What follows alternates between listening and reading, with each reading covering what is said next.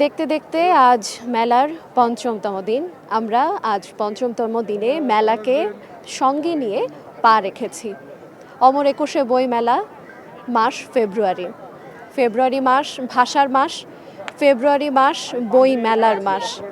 ফেব্রুয়ারি মাস বাঙালির কাছে এক ভালোবাসার মাস, আবেগের মাস।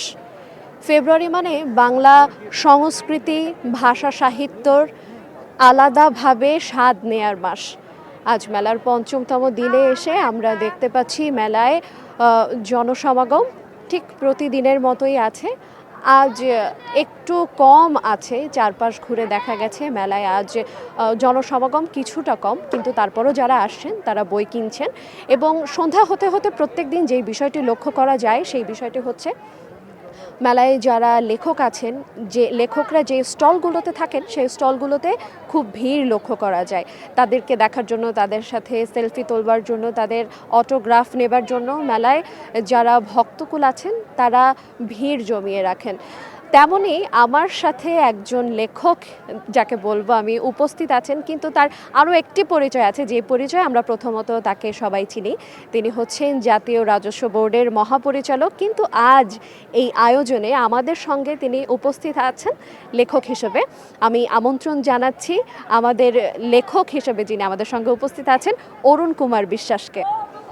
ভাইয়া কেমন আছেন? আছি ভালো, আপনি ভালো আছেন?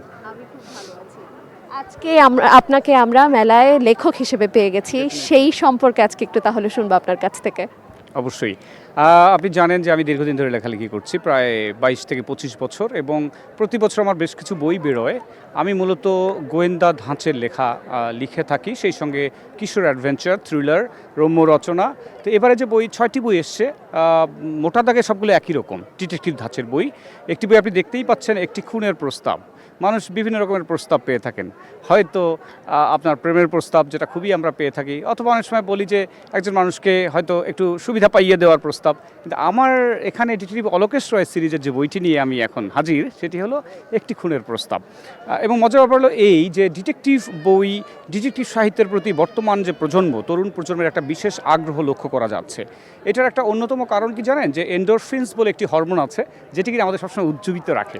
এবং সেটি যেমন খুব আনন্দঘন পরিবেশে থাকলে হয়, সেরকমভাবে আপনি যখন খুব মস্তিষ্কের উপরে একটু যুক্তিনিষ্ঠা, এরকম মগজ ঘামানোর মতো কোনো ব্যাপার হলে কিন্তু সেই হরমোনটি আসলে তৈরি হয়। হ্যাপি হরমোনও আমরা অনেক সময় বলে থাকি। তো তরুণরা হয়তো বুঝে গেছে যে আমাদের যুক্তি মনস্কতা ছাড়া কোনো উপায় নেই। আবেগ অবশ্যই থাকবে, বাট ইমোশনালি ইন্টেলিজেন্স, যে শব্দ, ইমোশনালি ইন্টেলিজেন্ট হতে হবে। সো ডিটেকটিভ বই পড়লে সেই ব্যাপারগুলো খুবই হয়। একটি ক্যারেক্টার অলোকেশ রয় বললাম, আরেকটি খুবই পপুলার ক্যারেক্টার গুবলু গোয়েন্দা, কিশোরদের জন্য এটা লেখা হয়েছে। এটা পাঞ্জেরি থেকে এসছে, অনিন্দ্য প্রকাশ থেকে এসছে সিগনেট। আরেকটি বই এসছে, একটি আজব বিড়াল রহস্য। এটি শুধু বিড়াল নয়, এটি হাসে, কাঁদে, আবার হয়তো কিছু সতর্কবাণীও দিয়ে থাকে। এই বইটি এসছে বাবুই প্রকাশনী থেকে।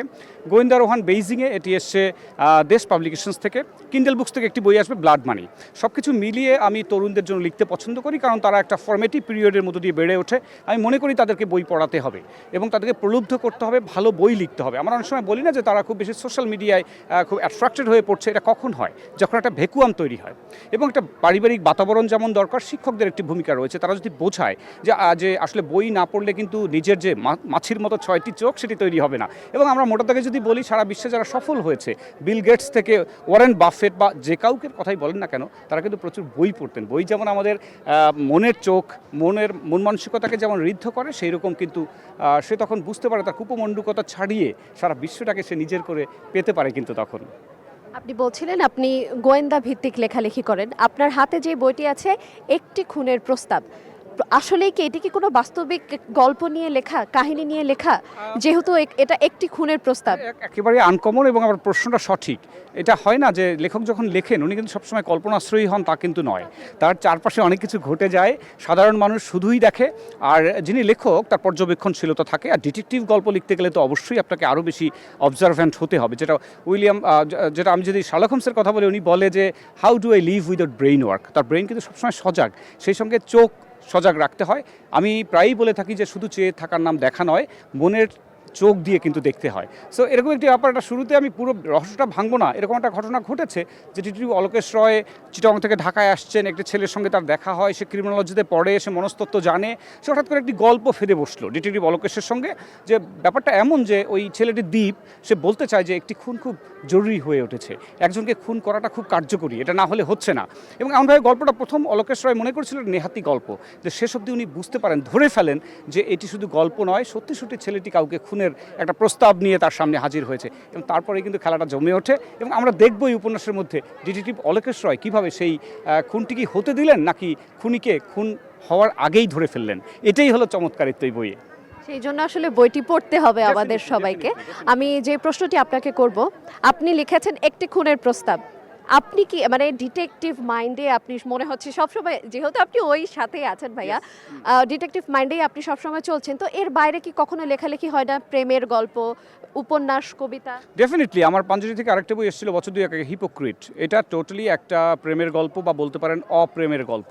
সেখানে আমরা বইটা পড়তে পড়তে দেখি যে আমাদের সমাজে অনেক সময় আছে না, খুব অল্পতেই আমরা বিশ্বাস করে ফেলি, বিশেষত মেয়েরা, যেটাকে বলা হয় হলো ক্রেডিউলাস একটা ক্যারেক্টার থাকে, তারা খুব সহজেই মানুষকে বিশ্বাস করে ফেলে এবং তার পরিণতি কী হতে পারে সেটা ঠিক ওরকম মোটা দাগে প্রেমের গল্প না বললেও, আমি যেহেতু ইংরেজি সাহিত্যে পড়েছি ঢাকা বিশ্ববিদ্যালয়ে, প্রেম আমাকেও স্পর্শ করেছে।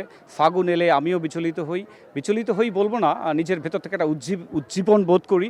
সো আমি রম্য রচনা লিখতে পছন্দ করি, প্রেমের গল্প দু চারটি লিখেছি। বাট এখন যেটা হয়েছে, এখন লেটেস্ট একটা আমি আরেকটা মাস্টার্স করলাম ক্রিমিনোলজিতে ঢাকা বিশ্ববিদ্যালয়ে, এখন আমার মধ্যে শুধুমাত্র ওই ব্যাপারটা ঘুরে বেড়ায় যে কে কেমন ক্রিমিনাল, কার চোখ দেখে আমি বুঝতে পারি এর মধ্যে অপরাধ প্রবণতা রয়েছে। কিছুদিন এটা চলবে, তবে আমি মনে করি যে একজন লেখক সব কিছুই লিখবেন। যিনি একজন ভালো পাচক, তিনি কিন্তু সব ধরনের রান্নাই পারেন এবং আমিও সেই দিকেই হাঁটছি।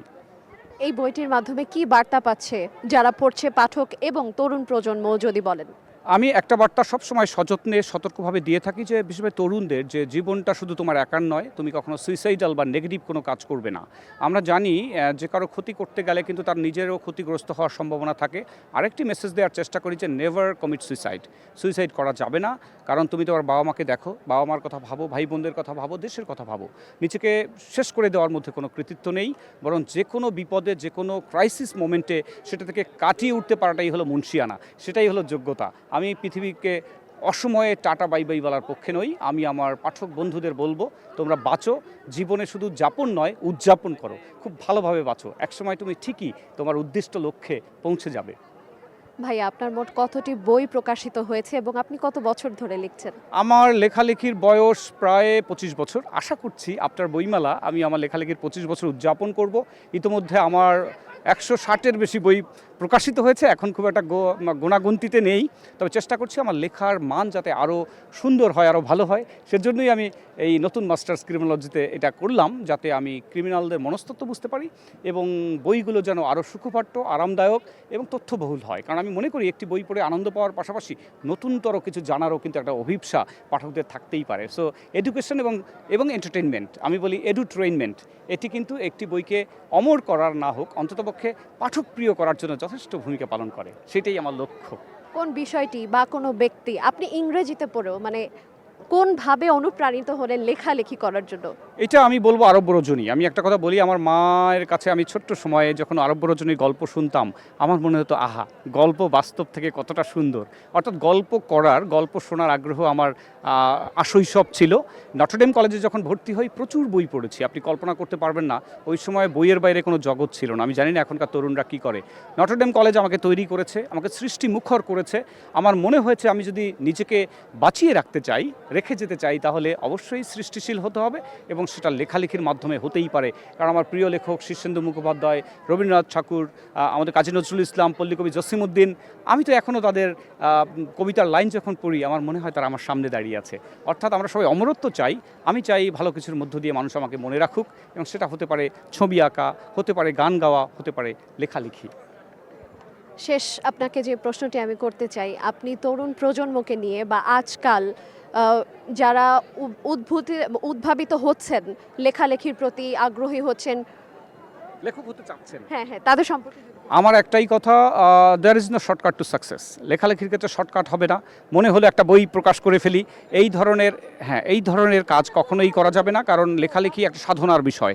আগে নিজেকে প্রস্তুত করেন। তবে এটা ঠিক যে শুরুর লেখাটাই যে খুব পরিপক্ক হবে তা নয়। তবে আমি মনে করি যে ছাপার লেখাটা কিন্তু আপনার মধ্যে থাকছে না। আপনি ভুলভাল লিখলে, খারাপ লিখলে সারা বিশ্ব জেনে যাচ্ছে যে আপনি ভালো লিখতে পারেননি। সুতরাং আমি আমার জীবদ্দশায় যেটা দেখেছি সেখান থেকে বলবো যে আপনি প্রচুর বই পড়ুন, নিজেকে তৈরি করুন, কারণ লেখক ক্ষণজন্মা।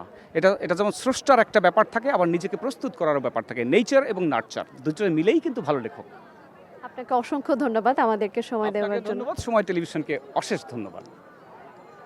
আমরা কথা বলছিলাম অরুণ কুমার বিশ্বাসের সঙ্গে। আমরা আজ মেলায় যেই সব বিষয়গুলো ঘুরে ঘুরে দেখেছি, আমরা জানানোর চেষ্টা করেছি।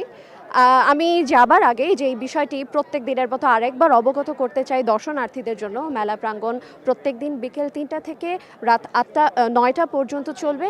সাপ্তাহিক ছুটির দিন সকাল 11টা থেকে রাত 8টা এবং 21শে ফেব্রুয়ারি সকাল 8টা থেকে রাত 8টা পর্যন্ত চলবে। দর্শনার্থীদের উদ্দেশ্যে আমি প্রত্যেক দিনের মতো এই বার্তাটি দিয়ে দিলাম।